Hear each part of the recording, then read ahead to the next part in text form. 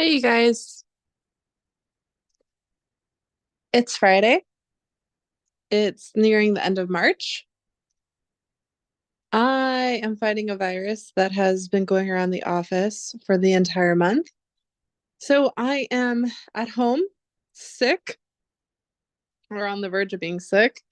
And I decided instead of going out and spending money on alcoholic beverages and understanding or not understanding, just running into the audacity of men in 2024, I decided to just go live on my channel. I was poking around a bit to see if I could get into my old Chasing Indie account. I think I might. I'm not sure. I got to figure it out later. But I'm live on this one. What's up, everybody? Hey, Atlantic. What's up, INFJ? Oh, hey, Hooli. So yeah, there's some interesting stuff I've been poking around lately. I just don't really talk vocally about it as much anymore. Um, But okay, let's go down a fun rabbit hole.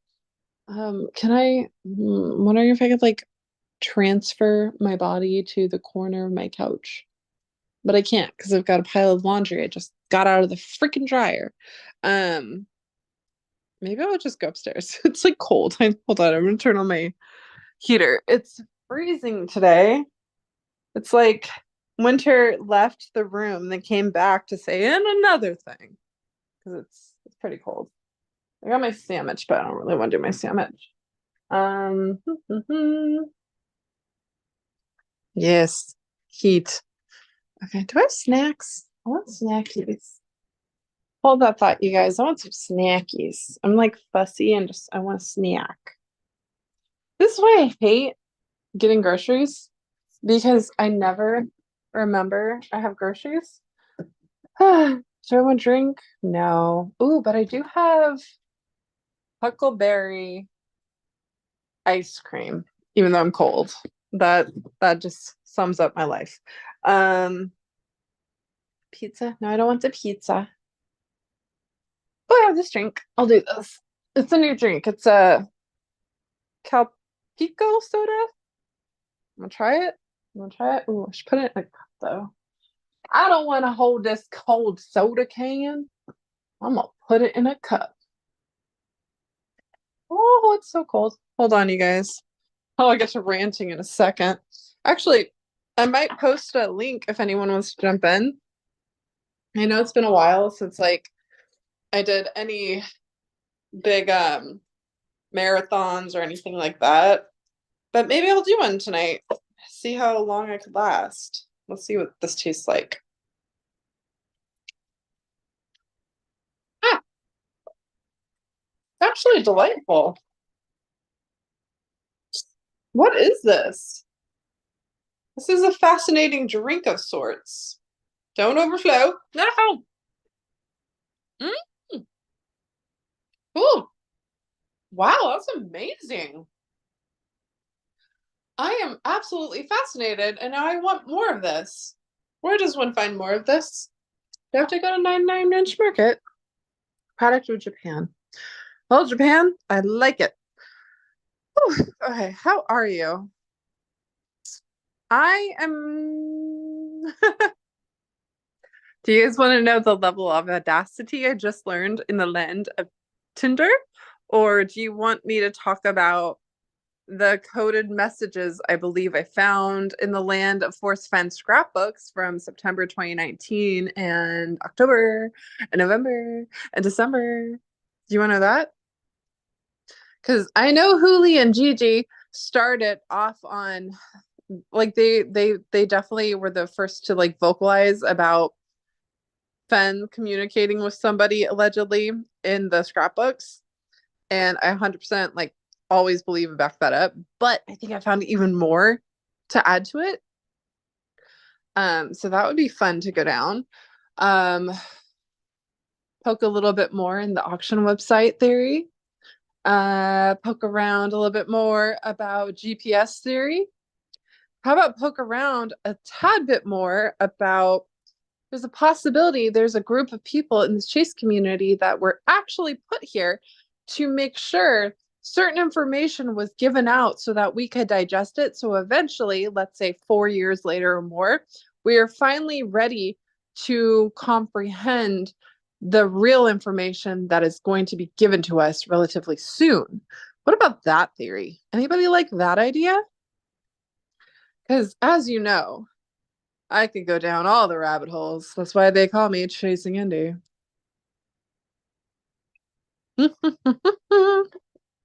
Wait, why did Lily retract a message? Ooh, it's fucking cold. Hold on. Do I want to be on camera? Okay, hold on one second. Mm.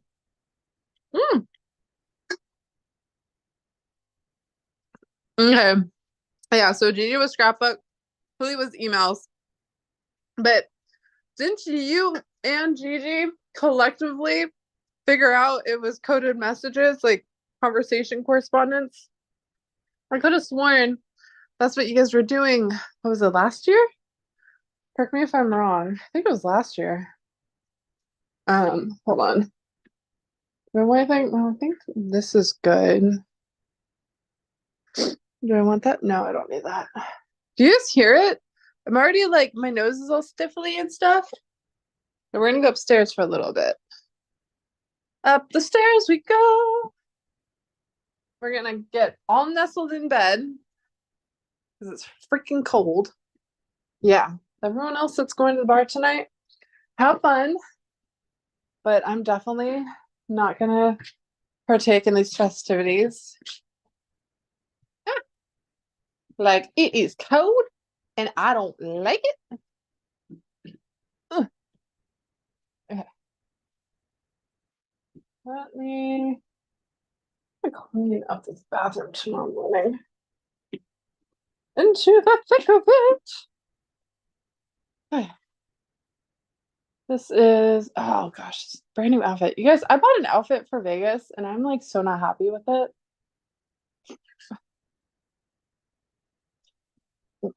Right now. Ah, my favorite hoodie. Okay. Okay, slowly getting there. Oh, please. Why do I have the hangers right here? We did work together for sure. Yeah, I know you guys work together, but hold on. Let me get all situated and nestled in so I can be all cozy. Especially if I'm gonna go on a rampage of ranting or something, if I might. I might do it. I don't know. Okay. Cozy. Cozy blankies. Okay. Okay. Into the land. Okay. Are you guys ready for the really bad angle of my face? Hold on. Yeah. Okay, here we go. Oh, I know it's being live streamed. Thank you. Okay. Hey guys. Okay. It's cold. It's cold. I'm here though. I'm here. Okay. Whatever. My bangs are bugging me. Hi. Hi everybody. Don't judge my roots. I gotta go get them retouched up. Like, look at this. Oh no. I'm gonna get fixed before Vegas, but hi everybody. It has been a while and I tried to see if Street would be down to go live, but I don't know what he's doing right now. Let me put a link in chat real fast so people can join. And I really want someone to join. Like, can y'all please join and talk about some like fun stuff? Like some like thought-provoking force fed down the rabbit hole. There's possibility that there's like validity to this theory type conversations. I miss those conversations. Oh my god. I think it's this way. No. Do I do that? Invite? Copy invite link. Okay. I can figure it out. Hold on. In the chat we go. In the chat we go. Sign up, Jay. Okay, here we go. Better listener. You guys don't have to be on camera. Just like join. Hooli, I miss the days you used to come on here and we used to have conversations. Like really great thought-provoking conversations. You know, the ones where we compare force fed to a fish. Oh, I miss those times. Those are some fun times. Kind of wild to like sit here and think that nothing lasts forever. No matter how amazing it is, nothing lasts forever. It's kind of like a little humbling to think about that sometimes. Not gonna get emotional though. Too tired and sick for that. Okay. So potty mouth days. Yeah, I still have a potty mouth. It's just not as, you know, as bad. Who knows? Who knows? Yeah, so as I always do, I who's potty mouth. I have a potty mouth. Um, Huli, you've never really had a potty mouth, and if you ever did, it was very classy. I gotta give you some props for that because you were always very classy. Who's potty mouth? Yeah, I know. I have a potty mouth. You know what's funny? I realized that like I was so upset and like emotional back then in comparison to now. Like nowadays, it's a lot easier for me to control my reactions to my emotions and certain events going on. But it's kind of wild to like still be here, to still be in this community and talk to everybody. It's been years and honestly, I absolutely love it. I really do. But I went down the rabbit hole as I always do. And I started connecting a few more dots. And the connecting of dots that I did, honestly, they are pointing towards multiple people being brought into the Chase community after Fenn's passing, specifically so that certain information can be put out into the public without legally going against an NDA or whatever they're trying to hide. There's some certain like, and again, this is all speculation, okay? This is my own theories. There is no actual concrete proof or evidence to back this theory per se. But what I will say is that I believe there truly was a backup plan for this. And I mean, how would you best describe it? Essentially, it's like look at the people that popped up out of nowhere. Okay. All the people that popped up out of nowhere. They all gave certain pieces of information, if you will, to eventually be able to come out and tell a very interesting story. One that you would say was like scripted or something you wouldn't normally, come across.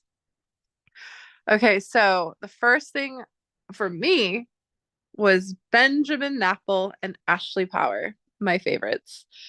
They came out of nowhere, but they brought with them one hell of a storm. Chaos and embroidery at its finest. They were the first to correspond with me regarding Jack's emails. Jack Stoof sure did like to email Benjamin Apple. Yep, that was fascinating for sure. So when Ben and Ashley first reached out to me, it was right during the time Gigi and I met with Netflix and disclosed all the information and research we had on the possibility of the search location being 9 Mile Hole. Now, this was May of 2021.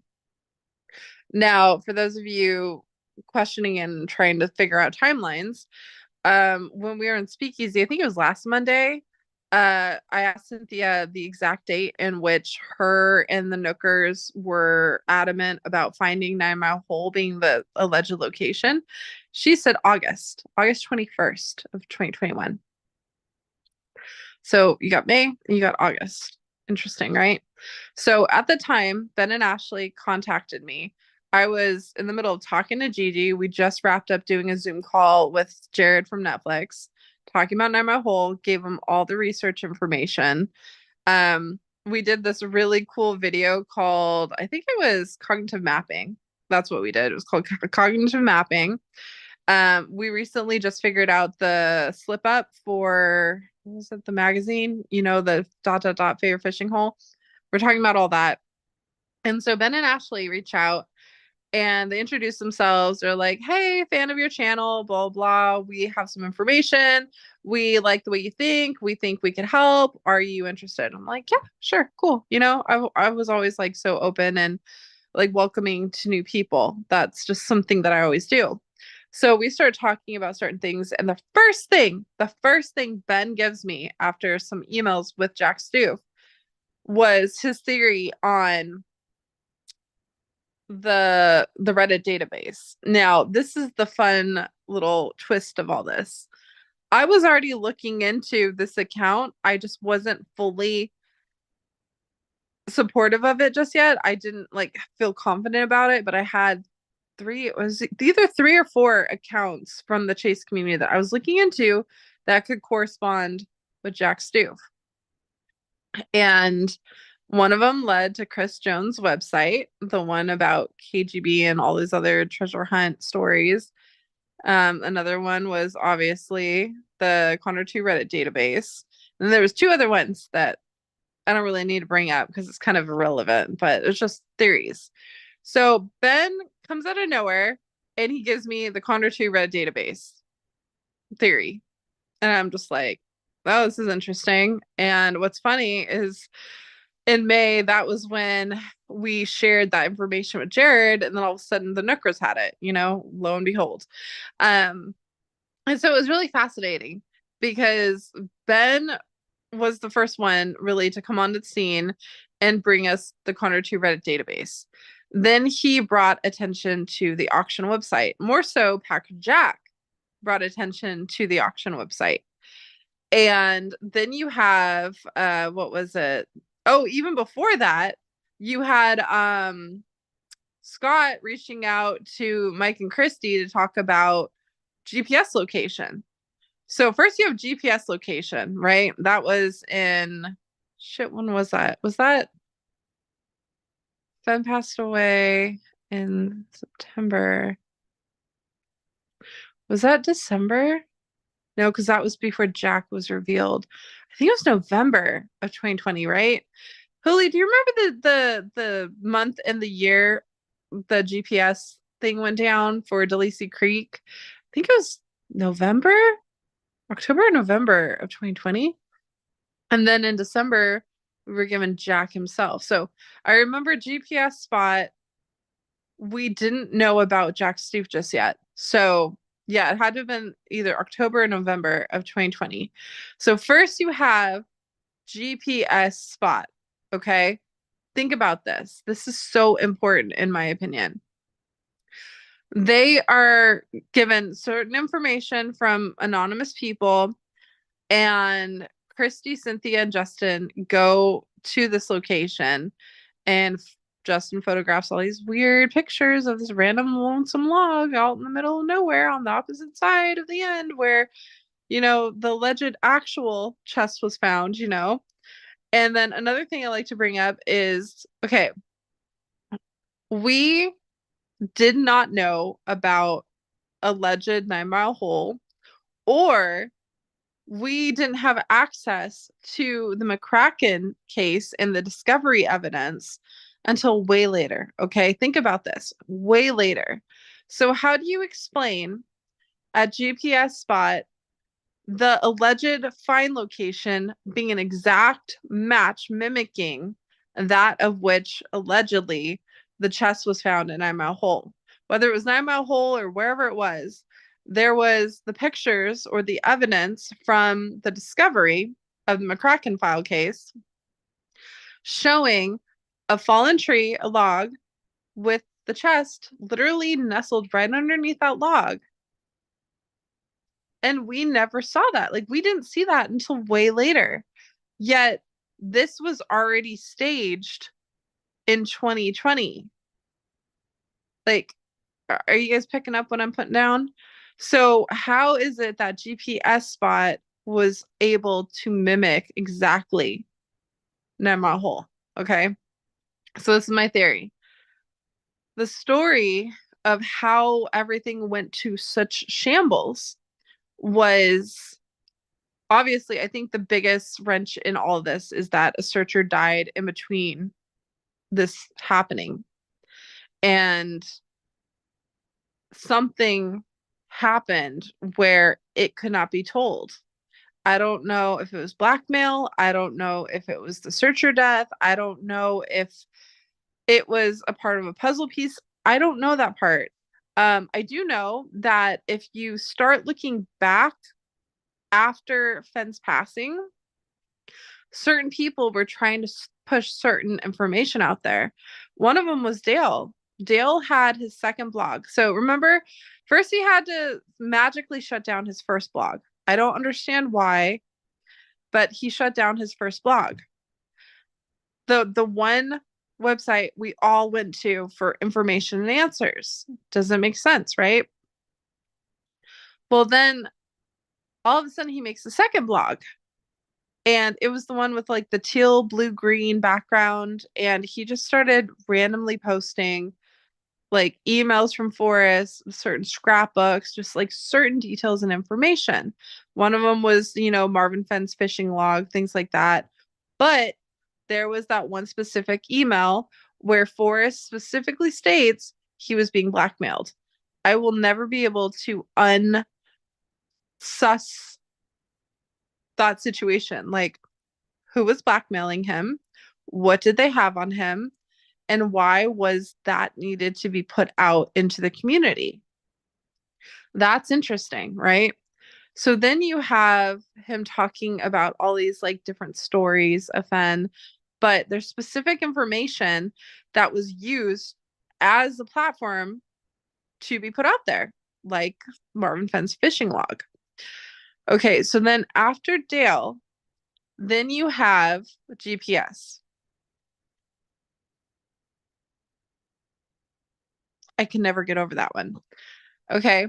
Well, GPS goes, and then we're just like lost in shambles again. And then lo and behold, you get Benjamin Apple and Packer Jack. And each one, again, Condor 2 Red database. Packer Jack is this the auction website. I'm the weirdo going down the rabbit holes, being very vocal about it. Wonder. There's just like so many details. Like, the fact that I don't know how to recover my channel right now is driving me bonkers because I probably have so much information to go through. But I don't know. Anyways, it's just fun rabbit holes to go down. What do you think of fun and answers being a riddle? That's fascinating. Fun and answers being a riddle. Well, I will say this, and this is just, again, my own opinion, but Forrest, whenever I would ask him certain things, he would answer them. He would respond to them and answer them. But it wasn't in the way people would expect it to be answered. And so I did that again last night with Shiloh, the grandson.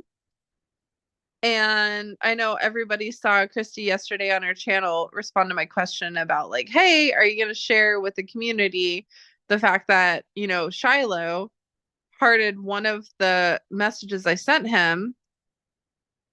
And a better way to reiterate this or like expound on this is that whenever someone falsely accuses or states false information pertaining to him or his family, he always debunks it. He always sets the record straight.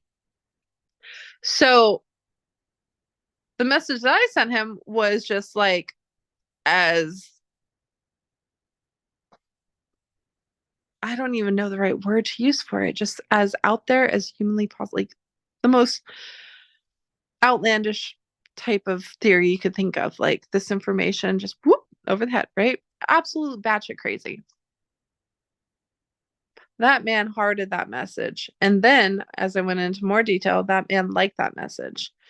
And, even though Christy was like, oh yeah, it could be anything, blah, blah. I was like, okay. I understand that. So what did I do last night? I messaged Mr. Shiloh Old and I was like, okay, checkmate, buddy. So I messaged him and I said, doo, doo, doo, doo, doo. I said, question. If I were to message you an inaccurate assumption about you or your family, would you immediately debunk it to set the record straight? And he's like, oh, that's a very good question. Is it a binary answer? That was his answer. Okay. For those of you that don't understand what binary answer means, if true, true for all. If false, false for all. That is what a binary answer is. Okay. So this is my own assumption. Again, this isn't factual. This is just my own theory. But my response to him was, if true, true for all. If false, false for all.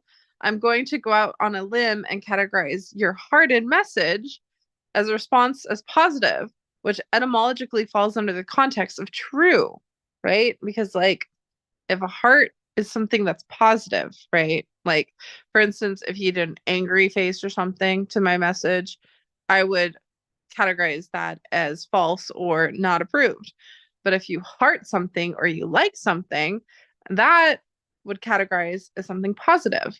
So if one thing is positive, binary answer would mean all would be positive, meaning all would be true, all would be true, right?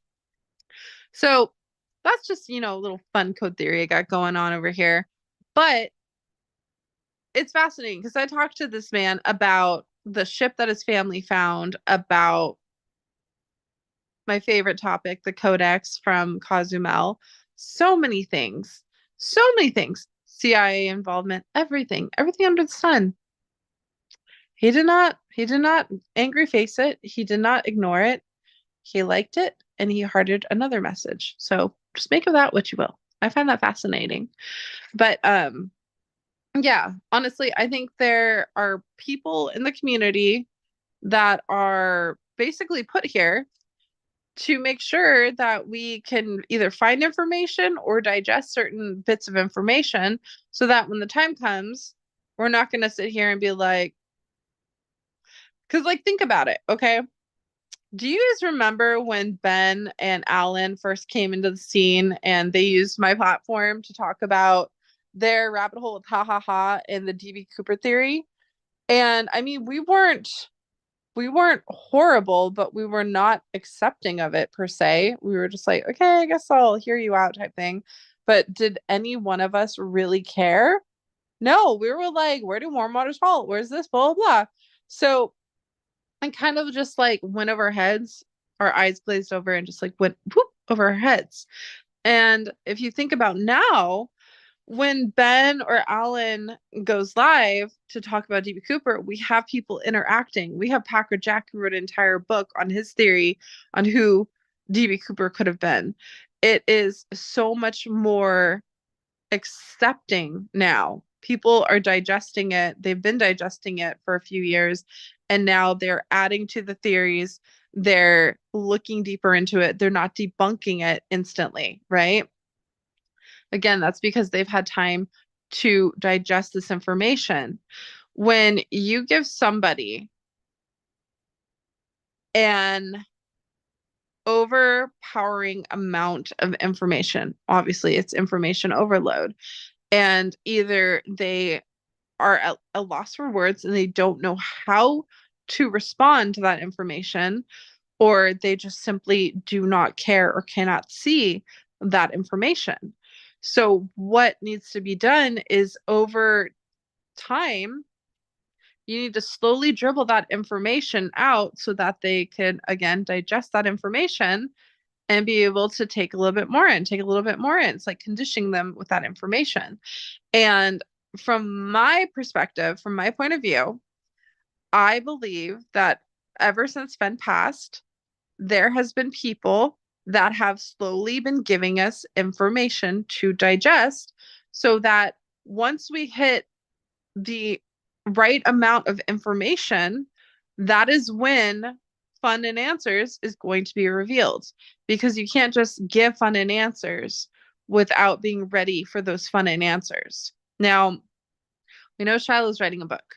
We know JCB is writing a book. We know there's treasure hunts on the horizon. We know Justin Posey is obsessed with Victoria Peak and he's got something up his sleeve. We know he just like released a song or something. We know Netflix is on the horizon. We know Jens is making a documentary. We know Benjamin is obsessed with Stoof.com. That thing is like, I swear, someone made that on acid. We've got the Chris Jones connection, in my opinion. All these little details that have slowly added up or been revealed over the years is all starting to come together. Again, in my opinion, we have DB Cooper, okay? We have Victoria Peak. Two topics I would never talk about. We have the Codex written by Douglas Preston and my information on the actual Codex, okay? We have the reliquary chest. Again, things that I have talked about for years. They're all starting to slowly come together. You've got the story on the GPS / DeLacy Creek situation. You've got 9 Mile Hole situation.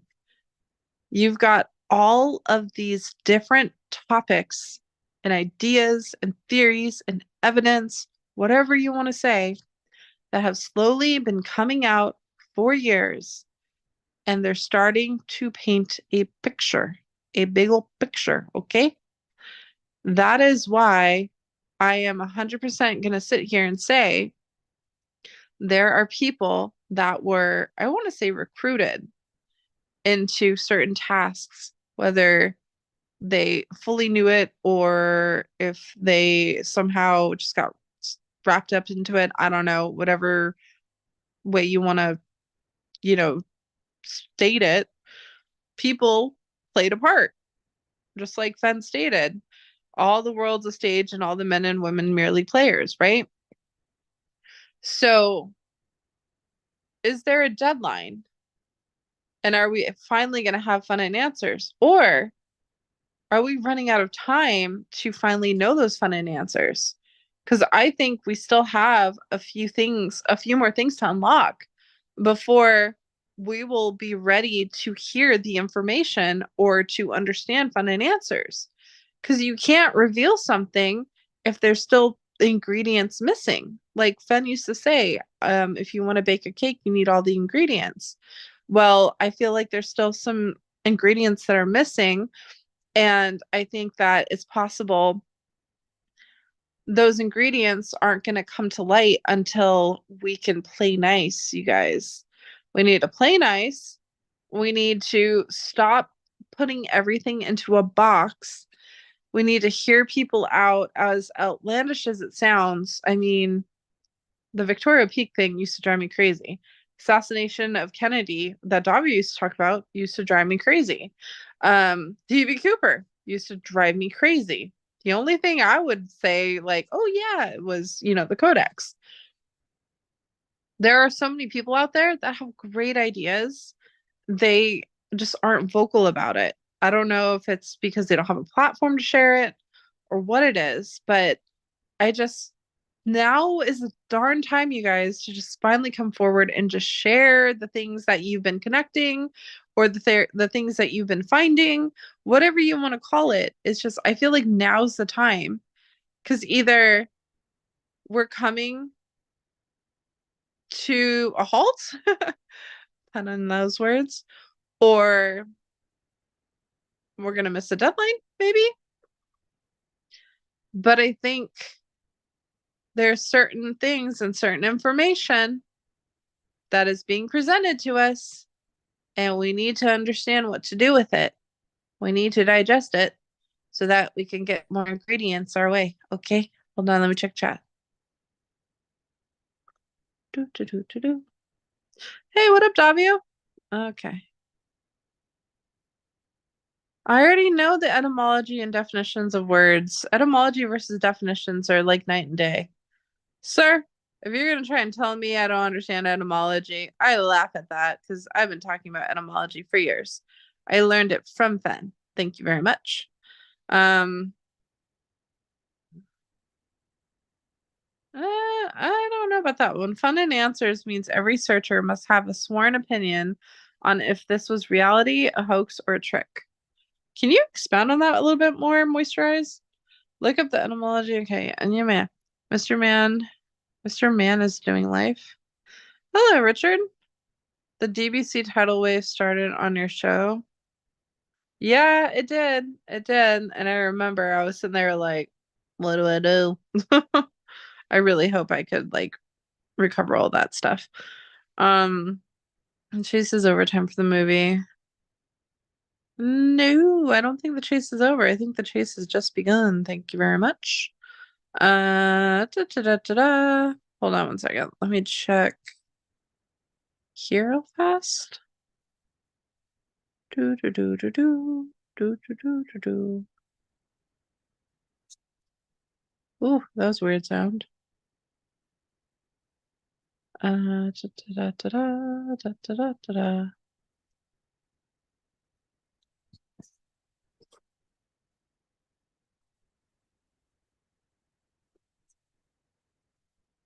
I'm like bundled up right now. Oh, okay, hold on. Oh no.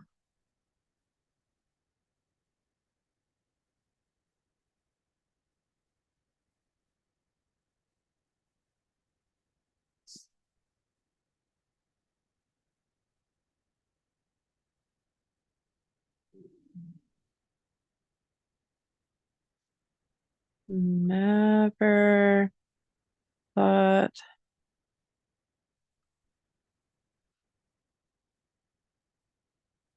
Very valid point. Okay. Into the land of.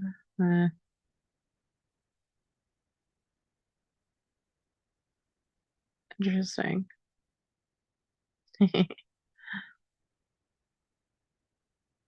Social anxiety disappears.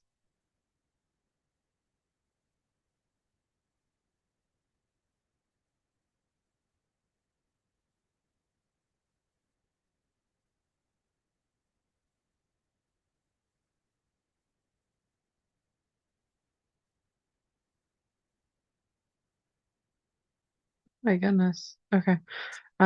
Sorry, let me go back to the land of chat. Okay.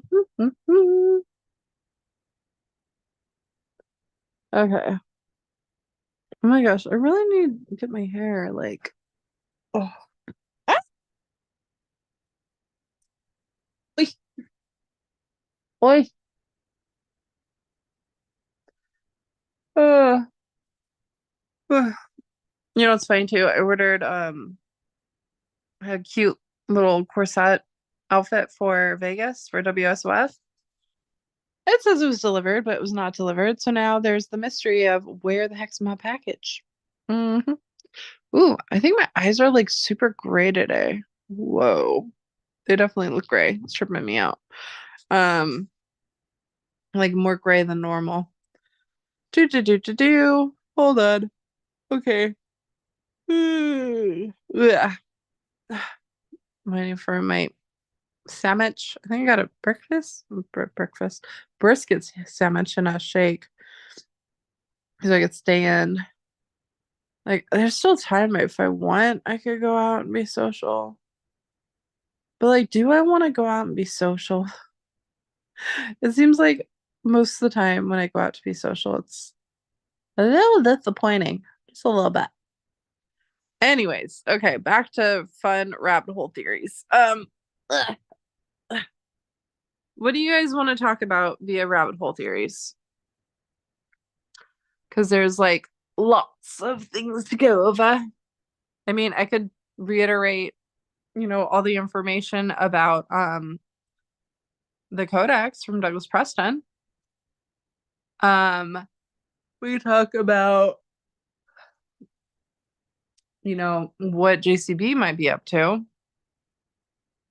We could talk about possibly one side being the catalyst or the chaos. Ooh, that's okay. That's one I'll bring up. Okay. So when I started going down my theory rabbit hole of certain people being put in the community to feed us information we need to be able to move to the next level or the next phase, um, I was like, well, there's got to be evidence of this, right? So much of this weird pause or ending, I don't know what you want to call it, is centered around the auction website. And I know you guys are tired of hearing about the auction website because I talk about it nonstop. And I took a break from it and I found, you know, regular life outside of the chase. And I came back to it. So it's interesting because I started poking around the scrapbooks that Fenn released in September of 2019, and I found things. I found some good things. Now, when Gigi and Huli were first talking about like Jack's emails from like what was it? Evidence of discovery from the McCracken lawsuit versus the information in the scrapbooks, they stated that yeah, Fenn was talking to someone. He was corresponding with somebody. But I think it was more than just the people associated with the auction website. Yes, he was talking to someone associated with the auction website. You could call him Jack Stoof if you want. I've got theories on that.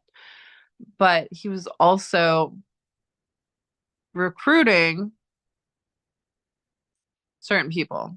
Now, in one of the scrapbooks, he's very specific to talk about bronze copies, like how to make copies of bronze.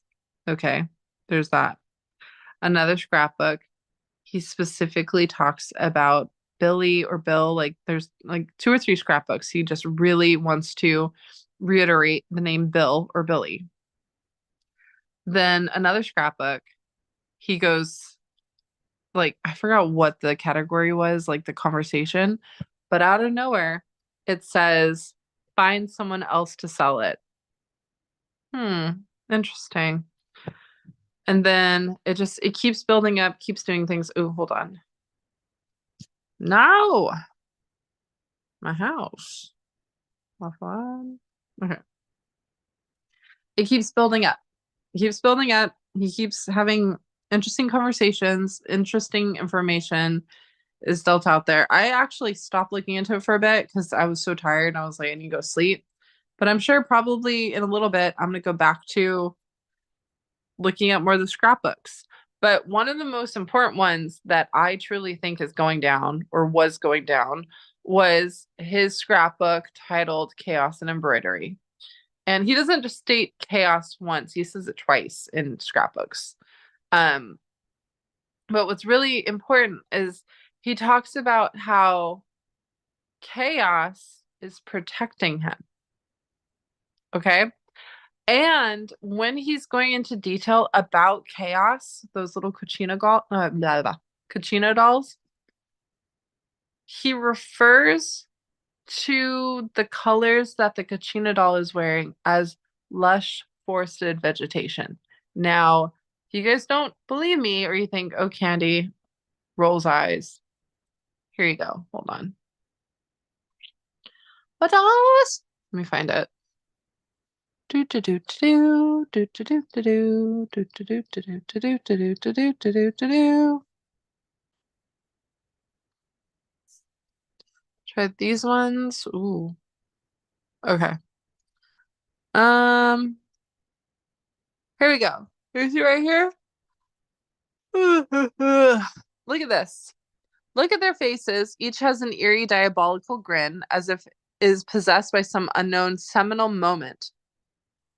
Their clothing is made of spangly materials, luscious, forested vegetation, and woven woolen fabrics from around the world. Ancient beads adorn their necks, while silent fetishes secret themselves beneath the understated colors. Everything on their bodies is sewed in or tied down. Nothing can be removed, not even an ancient Afghani turquoise necklace that rests amid a cluster of old beads and precious amulets. Oh, hold on.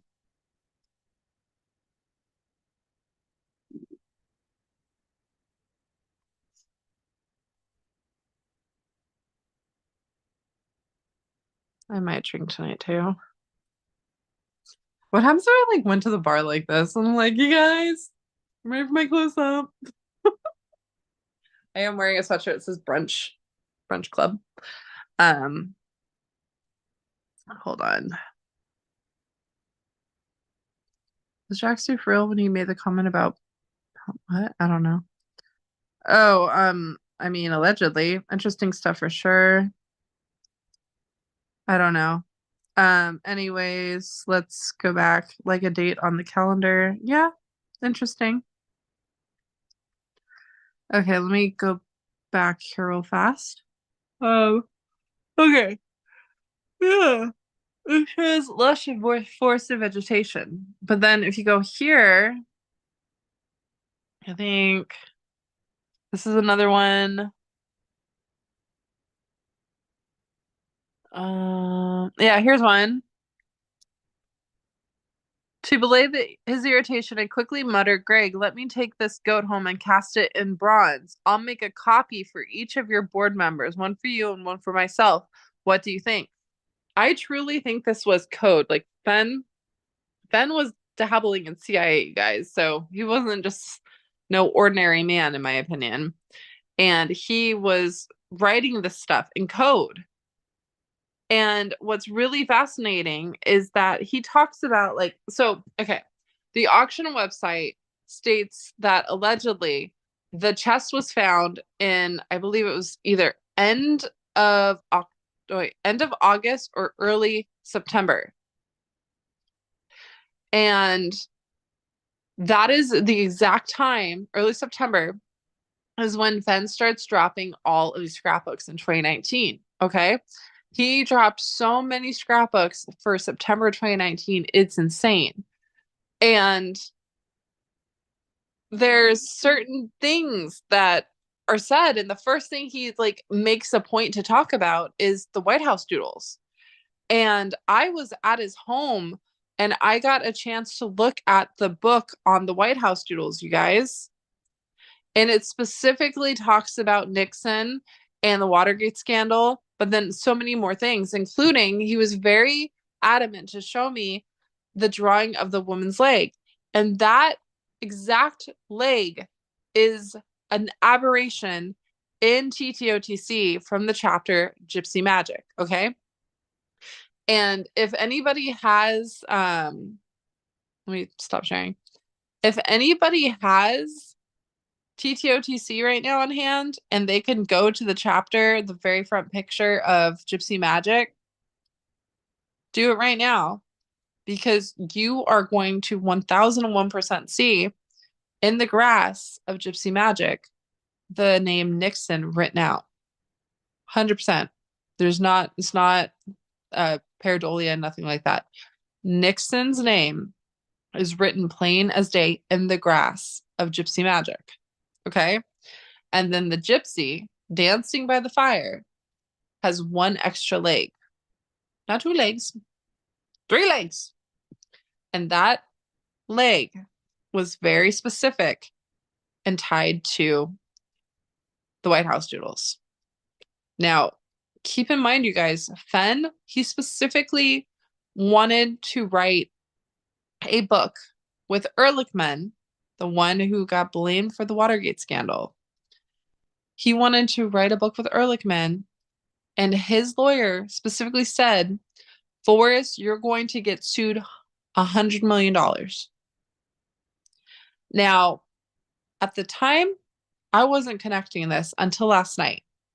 Last night, I started poking around the rabbit hole, and I was looking at messages from somebody, and they were very adamant to talk about $100 million. And the $100 million was specifically pertaining to Victoria Peak.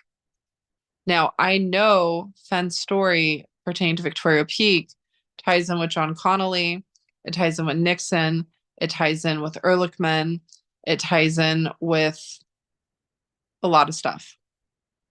Okay. So $100 million. He's trying to write a book with John Ehrlichman. And his lawyer tells him, you're going to be sued $100 million. And then he talks about how like it could ruin him and his family, all, dangerous shit. So what does he do? He has to take all but, I think it was like 3 books and burn them all. These are beautiful leather bound books that he just had created. But you guys, Forrest was always Maverick, always was a Maverick. Do you think he would ever not tell the story? Especially if that story was the reason his brother was allegedly murdered. Now, keep in mind, I'm saying allegedly.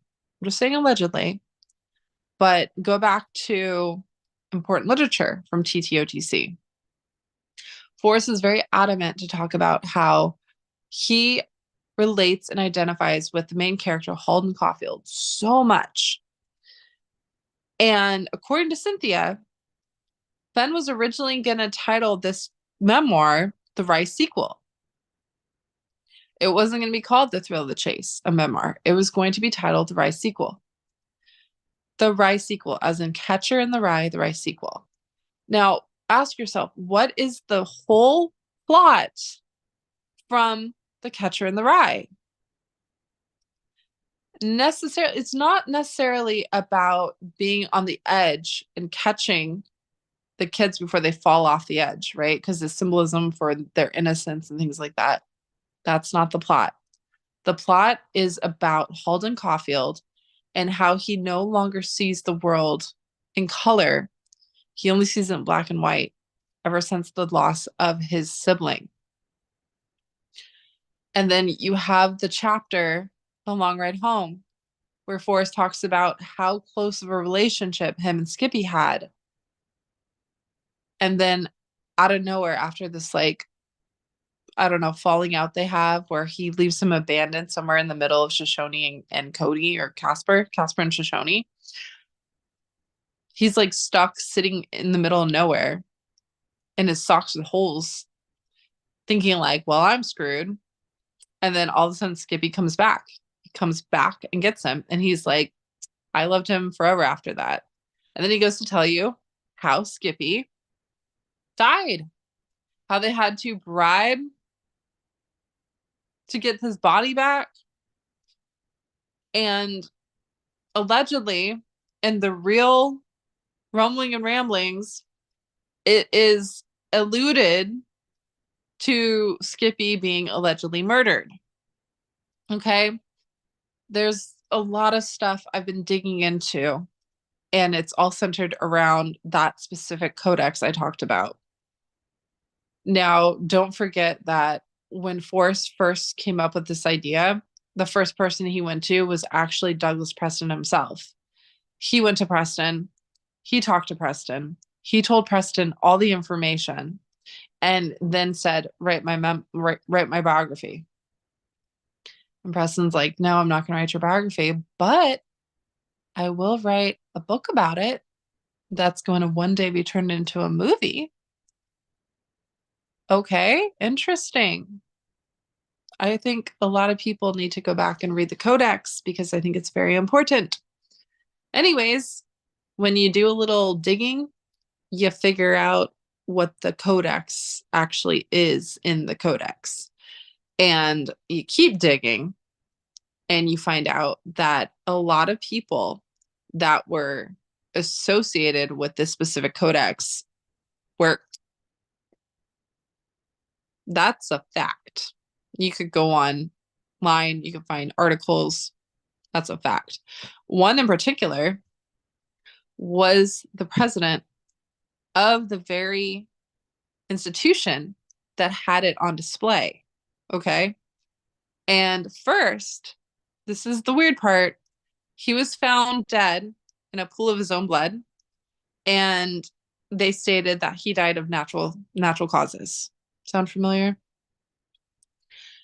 And then it wasn't until I think it was like 3 or 4 years later, it was announced that he was actually murdered.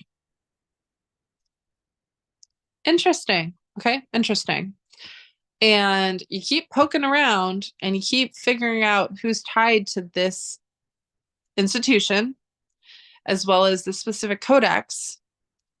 And they're all All of them, including, in my opinion, Skippy, because I, in my opinion, believe that Skippy and Forrest discovered the codex. Now, you go down the rabbit hole with it, you can find the exact information on who found this codex. Not too far off from the location in which Skippy was allegedly killed, okay? It was found in a cave, a dry cave, by two brothers that were grave diggers. Grave robbers. Sound familiar to you? And when you try to look into the person that they sold the codex to, it's not a real name, it's a pseudonym. The only thing that you do have is that they lived in New Mexico. I'm not saying Fenn was this person. I actually think it was Michael Kremeniner. I don't know how to say his last name. I never say it right. He's the reason why Forrest and Douglas Preston actually met and became friends. Now, again, very intricate details are brought to light with all of this. Preston was introduced to Forrest because he was writing a book called Cities of Gold. It was about him retracing the path that Coronado took looking for the 7 cities of gold. And more specifically, the cartographer that documented that, Forrest had that journal. That is why Preston was introduced to Forrest Fenn. That is how and why they became friends, okay? Now, every time I bring up certain information, every single thing that I bring up all has one thing in common. That is the 7 cities of gold. Now, even though it sounds as crazy and outlandish as you can think, aka Victoria Peak, it is not crazy, because forever, everyone has been looking for the 7 cities of gold. Coronado, Cortez, the whole Ponce de Leon,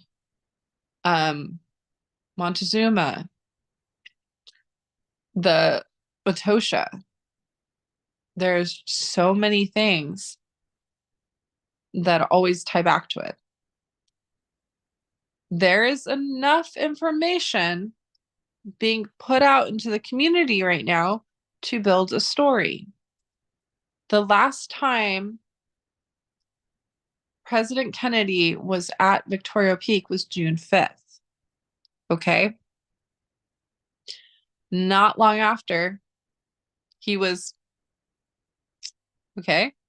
Now, Packer is alleging that the person, and correct me if I'm wrong, I might be wrong because I still haven't read his book yet. He mailed me the paperback and signed it, and I haven't had a chance to open it yet, but I also bought the book on Kindle right when it launched, but I haven't had time. Like, I looked at like a few pages, but I haven't been able to like read it. But I've been told things that I've been like looking into and connecting are exactly what he was talking about too. And he definitely was the first to talk about Lauren Hall. Now, allegedly, I believe he thinks that Lauren Hall was not only D.B. Cooper, but also the person who allegedly assassinated Kennedy. Okay. I think he was also alleging to Lauren Hall being Fenn's CIA handler. And I think it was like we were in one of the speakeasies. I think it was Christie's speakeasy. People were saying if you could find a way to connect Lauren Hall to Fenn, like, you'd be in business. Well, William F. Buckley was the connection that I found. Now, William F. Buckley is tied to a lot of interesting things, and William F. Buckley was also tied to Lauren Hall. Lauren Hall was William F. Buckley's handler, CIA handler. And there's not one, but I think 2 scrapbooks where Forrest Fenn's talking about William F. Buckley. So there's an interesting correlation right there. And he even goes as far as to say that he compares his style of writing to William F. Buckley. And if you look into William F. Buckley, it's pretty sad. He was tied into a lot of really crazy shit, and he was, if I'm not mistaken, he was the one that was kidnapped right in front of CIA headquarters, by the way. Like he was on the way, and he wasn't even like, I think he was half a mile away from CIA headquarters. He was kidnapped and they tortured him. And then, so every person that's like tied to this stuff gets like, it's scary, but it's fascinating at the same time. So, okay, think about this. The first time we're introduced to the chase and information about the chase, there is an article written called, I think, like Cities of Gold or Looking for Cibola or something like that. I forgot the actual title. I go down so many rabbit holes, but it was the very first article ever written on the chase. And the bulk of the article is Forrest talking about John Connolly.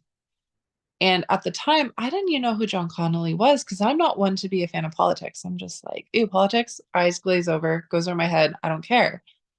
But now that I know who John Connolly is and what he was associated with and what the power was that he had, yeah, you can't unsee it. So Forrest is talking about John Connolly a lot. And then if you guys remember from the discovery of evidence from the McCracken case, the emails that Jack was having with Forrest, they were also talking about John Connolly. Okay. So John Connolly was actually the person who was able to vote on the gold standard. And he was also very close and tied in with Nixon. Now, when you hear about the Watergate scandal, which instantly goes to Nixon and Ehrlichman, you could actually go online and find out that one of the reasons the Watergate scandal even happened was they used it, and this is my theory on what happened with oh my god, McCracken. It was a way to get information out to the public legally. Okay. So the Watergate scandal was used to put evidence out to the public that specifically showed that Nixon was associated with Victoria Peak and the movement of the gold. Now, the gold from Victoria Peak was actually used to fund the secret CIA war, which you would know as Vietnam. Now, this goes into, oh my God, what was his name? Fidel Castro. Yeah, Fidel Castro. Fidel Castro was basically like, you know, he was pushing what, opium and like coke, like all those things, right? And Lauren Hall originally worked for Fidel Castro until Fidel Castro basically was like, nope, we're not cool anymore. So what did Lauren Hall do? Now, I found this before understanding that Packer was talking about this, but this is all Packer's information. I'm not trying to steal it all. I'm just trying to reiterate the point of this. Lauren Hall joined this society. I think it was like called the something Birch Society that was specifically created to go against Fidel Castro. And what's even crazier, what's even wilder, is Lauren Hall was such a badass that he went to the Philippines, took out the Filipino government in front of everybody, stood trial, one call, he was able to walk free. He just walked away. There's some crazy stuff with that. Okay. There's some crazy shit. Like you can go down this rabbit hole and it goes, and I'm not even done going down the rabbit hole. I'm just showing you different pieces that have been connecting over the years. But you got to throw the chase. And it tells you the main character he identifies the best with is Holden Caulfield. Holden Caulfield was not the same after the death of his brother. Boris is very adamant to tell us a story about Skippy losing his life in Cozumel, Mexico. Okay. Then you have the story of the Codex written by Douglas Preston that was created because of Forrest coming to Preston to tell him his story that he wanted him to write his biography. Okay.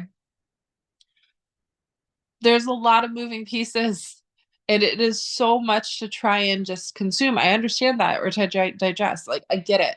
There's so much. I used to sit here and be like, oh God, another weirdo talking about Victoria Peak. Shut up. I used to be one of those people, you guys.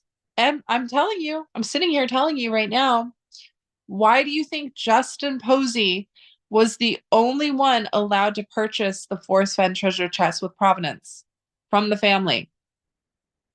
Think about that.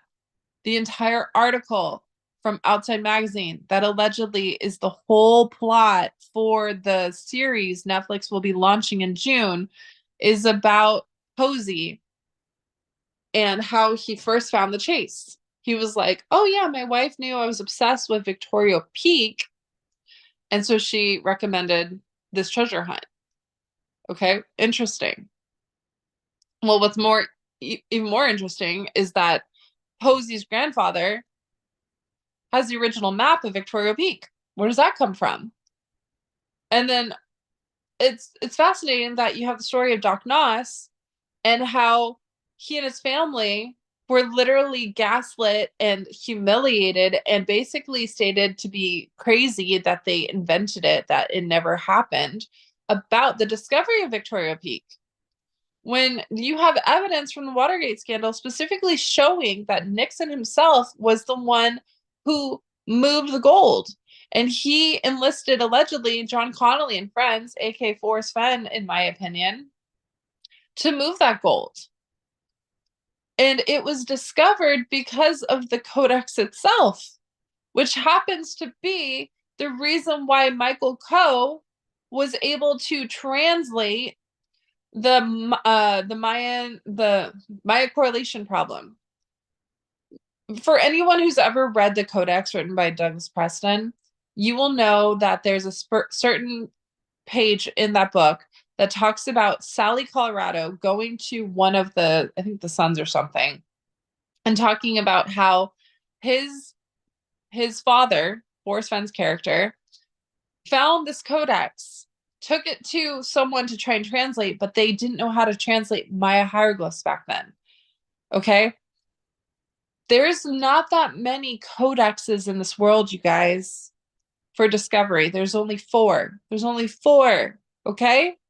The Paris, the Dresden, the Grolier, and then one other one. There's only 4 in existence. If you look into the Grolier Codex, you will see that somebody took this codex to Michael Coe, and he eventually was able to translate it. Kammerer. Yeah, Huli. I love you, Huli. She's like, Candy can never fucking say it. Yeah, Kammerer. This was brought to him. There is evidence I found of Forrest and Michael Coe in the same room, the same Clovis Cash Foundation, if you will. I found evidence that Michael Coe was a part of the it was like a project through, I think it was Harvard, if I remember correctly. It could have been a different institution, but I think it was Harvard, where they were excavating over in Cozumel because of the discovery of what they found from the Grolier Codex. There's articles I found that show that Skippy was hired through Michael Coe to excavate things in Cozumel area. Okay, it's not like, oh, maybe. No, there's proof. Okay, the ship that the family discovered is also tied in with all of this, including the Grolier Codex. There's so much information that you can't just sit there and say, this is what it is, because it's not black and white. It's not that easy. It's so complex and so detailed. And every single one of these people, by the way, are all linked to the CIA. Michael Coe worked for the CIA. His wife was a Russian operative, by the way, for the other side. Preston himself has links to CIA. We know Forrest had links to CIA. Nixon, CIA. Like, it's CIA deep, dude. I'm not kidding. It goes deep. But what's fascinating is that there's a story to be told, and it's all about Skippy and how he was allegedly murdered. It's like, it's a catalyst, okay? How do I pitch it this way? They get involved in something that they clearly shouldn't be involved in. That results in something even bigger. And the only way it can be told is through the Watergate scandal, okay? People are getting left and right, left and right. Skippy is allegedly one of them. William F. Buckley's another.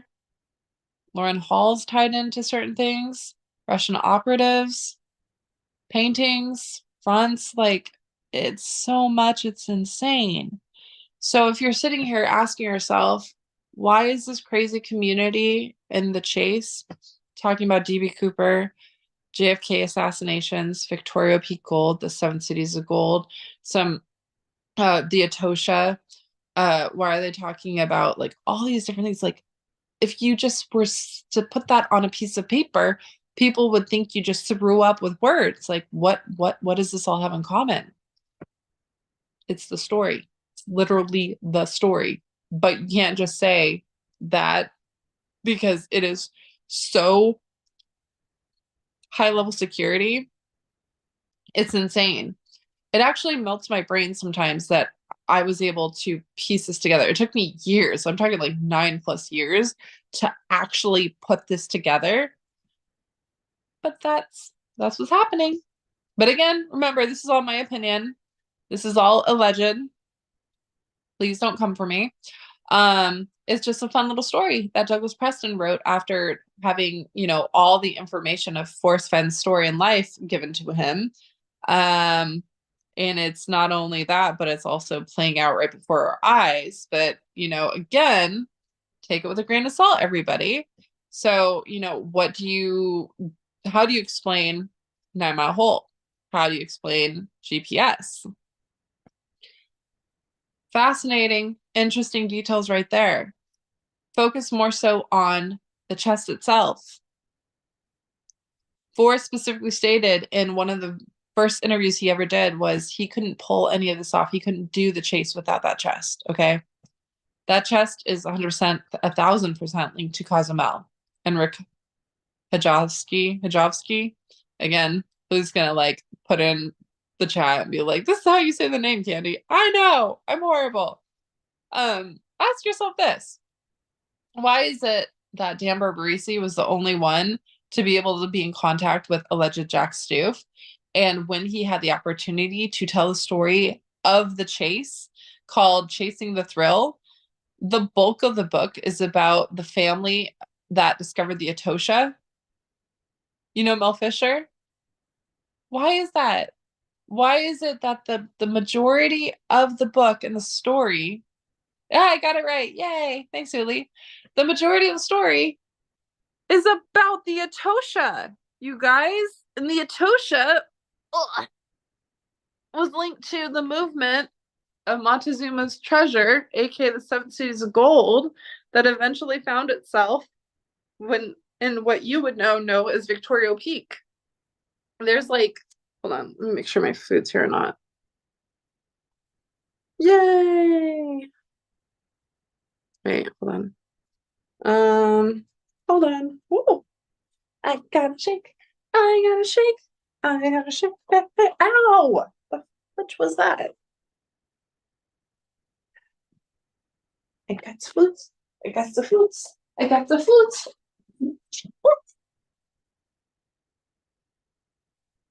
I got the food. I got the shake.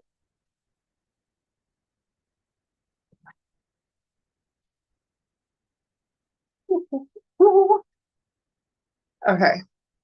Yeah, I'm not even done understanding everything that I'm connecting. Honestly, every time I go down the rabbit hole, it goes deeper and deeper. There's so much shit. I advise all of you, or I recommend all of you, to just try and go down that rabbit hole for a moment. Well, I'm gonna stuff my face real fast.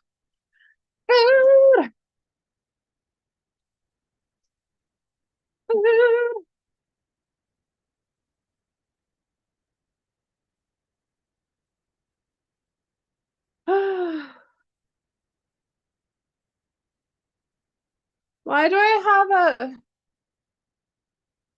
I don't know why I have a what is that? Something's name tag? Let me open my freaking thing. I'm sorry, is this zip tied? What is this? This is a little strange. Why is this thing zip tied? What? Oh wow, they really make it so like this cannot get into. Okay. Okay. That's interesting. Um, I want my shake. Okay. Ow. I just want my shake. Give me my shake. My nose. Okay. There's that. Haha. Wait, where's yes, a shake. Okay. Sorry, guys.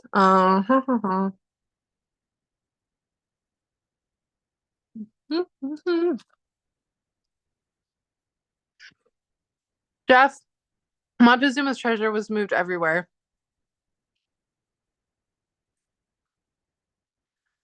Whew. Okay, hold on, you guys. I really need to eat something real fast. I am starving.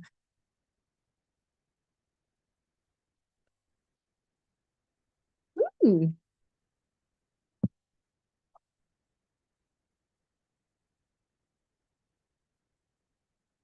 that's yummy.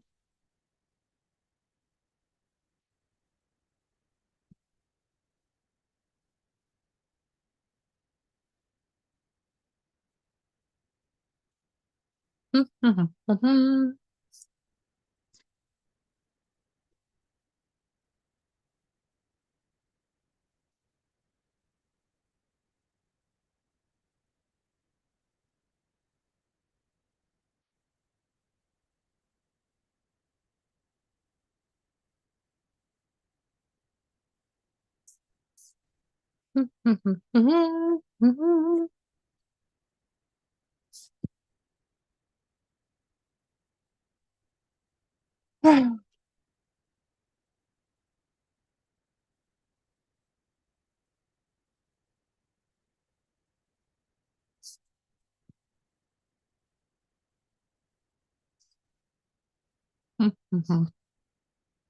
I'm going on mute real fast.